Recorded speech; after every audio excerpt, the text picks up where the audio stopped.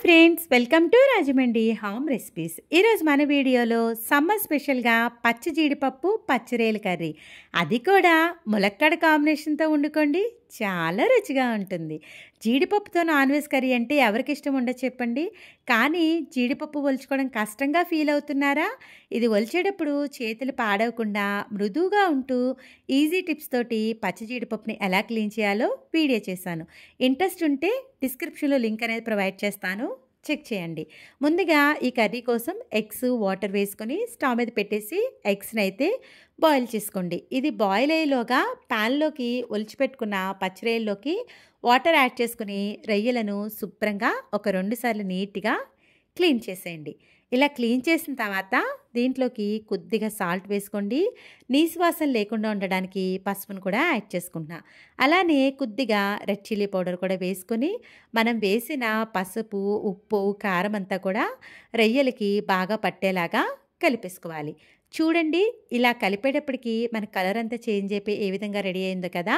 ఇప్పుడు రొయ్యలను అయితే స్టవ్ మీద పెట్టి ఉడికించుకుందాం. దీనిపైన మూత పెట్టేసి మీడియం ఫ్లేమ్లో ఒక 10 నిమిషాల పాటు ఉడికించారు అంటే పచ్చి రొయ్యల్లో ఆటోమేటిక్గా చాలా వాటర్ అనేది వచ్చేస్తుంది. చూడండి ఏ విధంగా వచ్చిందో కదా. ఇలా వచ్చిన తర్వాత మూత పెట్టేసి అవసరం అనుకుంటే మధ్య మధ్యలో గరిటెతో కలుపుతా వాటర్ అంతా దగ్గరగా అయ్యేంత వరకు మీడియం ఫ్లేమ్లో పెట్టుకుని రొయ్యలను అయితే ఉడికించుకోవాలి. ఇలా వాటర్ దగ్గరగా అయిపోయిన తర్వాత స్టవ్ ఆఫ్ చేసేసుకోండి. ఇప్పుడైతే కర్రీ చేసుకోవడానికి మసాలా రెడీ చేసుకుందాం. ధనియాలు, జీలకర్ర, గసగసాలు, లవంగాలు, దాల్చిన చెక్క, ఇలాచి, కొద్దిగా వాటర్ వేసుకుని పేస్ట్ చేసుకోండి. అదే మిక్సీ జార్లోకి ఫ్రెష్గా ఒలిచిపెట్టుకున్న వెల్లుల్లిపాయలు, అల్లం ముక్కలు కూడా వేసుకొని మూత పెట్టేసి అల్లం వెల్లుల్లి పేస్ట్ని కూడా గ్రైండ్ చేసేసుకోవాలి. పచ్చి జీడిపప్పుని అయితే ఆల్రెడీ కట్ చేసిన జీడిపప్పునే తీసుకుంటున్నానండి. దీనిపైన మనకి ఎక్స్ట్రా లేయర్ అయితే ఉంటుంది. ఆ లేయర్ని అయితే తీసేసుకుంటే జీడిపప్పు అనేది ఈ విధంగా తెల్లగా వస్తుంది. అయితే ఇలా ఒలిచేటప్పుడు అప్పుడప్పుడు మనకి బ్రౌన్ పార్ట్ అయితే అంటుకుపోయినట్టుగా ఉంటుంది. దీనికైతే నేను చిన్న ఈజీ టిప్ చెప్తానండి. ఒక బౌల్లోకి వాటర్ తీసుకొని వాటర్ని బాయిల్ చేసిన తర్వాత ఆల్రెడీ కట్ చేసి పెట్టుకున్న జీడిపప్పును వేసేసుకొని ఒక 3 నుంచి 5 నిమిషాల పాటు వదిలేసేయండి. ఒక 5 నిమిషాల తర్వాత మనం జీడిపప్పుని తీసాము అంటే దానిపైన స్కిన్ ఎక్కడ కూడా అంటుకోకుండా చాలా ఈజీగా వచ్చేస్తుంది. చూడండి ఎంత నీట్గా వచ్చేసిందో కదా. ఈ విధంగానే మొత్తం జీడిపప్పునంతా కూడా క్లీన్ చేసుకోవాలి. పచ్చి జీడిపప్పుతో కర్రీస్ అంటే చాలా బాగుంటాయి. మన కోనసీమ వాళ్ళు అయితే మట్టుకు మిస్ అవ్వకుండా ఖచ్చితంగా సమ్మర్లో చేసుకుంటారు. జీడిపప్పు వలవడం అలానే కట్ చేయడం కాస్త టైం పట్టినప్పటికీ కూడా దీంతో చేసిన కర్రీ టేస్ట్ అయితే చాలా చాలా బాగుంటుంది. చూశారు కదా, ఈ విధంగా మొత్తం జీడిపప్పును అయితే క్లీన్ చేసుకోండి. ఇప్పుడు కర్రీ చేసుకోవడానికి ప్యాన్ పెట్టి ఆయిల్ వేసుకోండి. ఆయిల్ అనేది ఈ విధంగా హీట్ అయిన తర్వాత మనం ఆల్రెడీ ఉడికించుకున్న ఎగ్స్ పై ఉన్న స్కిన్ పీల్ చేసేసి ఎగ్స్ వేసుకుని కొద్దిగా పసుపు, రెడ్ చిల్లీ పౌడర్ వేసుకోండి. ఇలా పసుపు వేయడం వల్ల ఎగ్స్ అనేవి ప్యాన్కి అంటుకోకుండా ఉంటాయి. ఇలా షేక్ చేసిన తర్వాత మీడియం ఫ్లేమ్లో పెట్టుకుని ఎగ్స్ని చక్కగా రోస్ట్ చేసేసుకోవాలి. ఈ విధంగా 2 సైడ్స్ కూడా చక్కగా వేగిన తర్వాత ఒక ప్లేట్లోకి అయితే తీసేసుకోండి. ఇప్పుడు అదే ఆయిల్లో మన కర్రీ అయితే చేసుకుందాం. దీంట్లోకి క్లీన్ చేసి పెట్టుకున్న కరివేపాకు వేసుకోండి, మంచి ఫ్లేవర్ అయితే వస్తుంది. అలానే 3 లేదా 4 పచ్చిమిర్చి కూడా వేసుకొని ఈ కరివేపాకుని, పచ్చిమిర్చిని కొద్దిసేపు అయితే ఫ్రై చేయండి.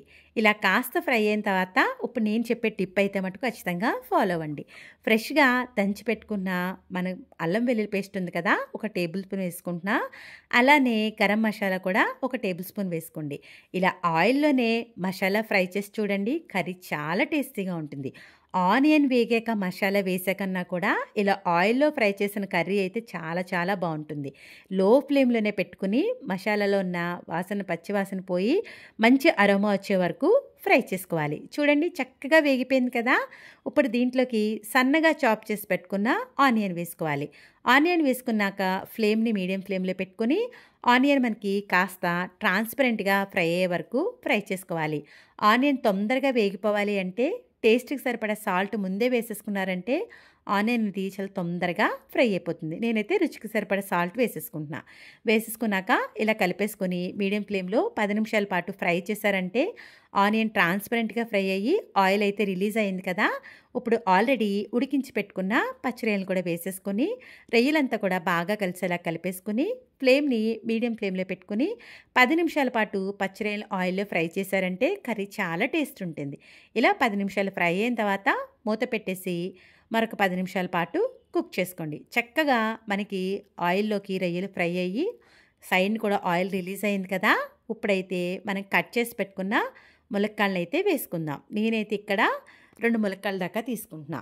ఇలా ములక్కాడలను కూడా వేసేసుకున్న తర్వాత ఈ ములక్కాడలో మనకి పసరవాసన ఉంటుంది కదండీ! అది లేకుండా ఇలా అంతా కూడా కలిపేసుకొని ఒక 5 నిమిషాల పాటు ఆయిల్‌లో ఫ్రై చేసుకోండి.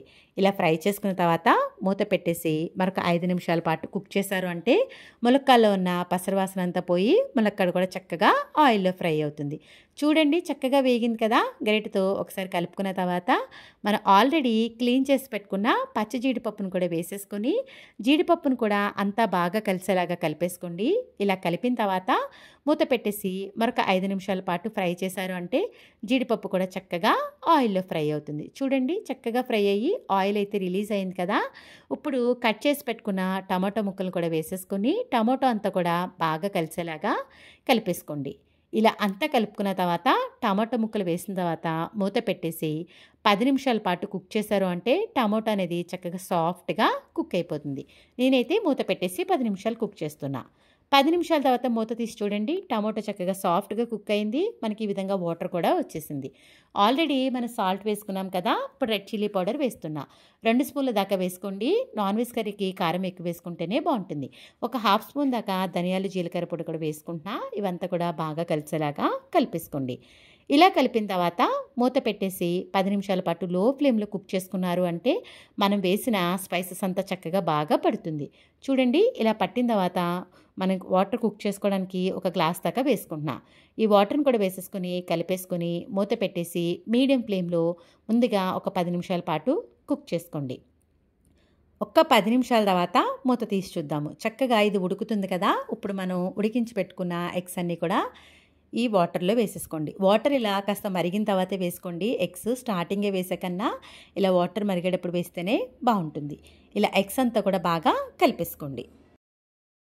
ఇలా కలిపిన తర్వాత మూత పెట్టేసి మీడియం ఫ్లేమ్‌లో వాటర్ అంతా దగ్గరగా అయ్యేంత వరకు కుక్ చేసుకోవాలి.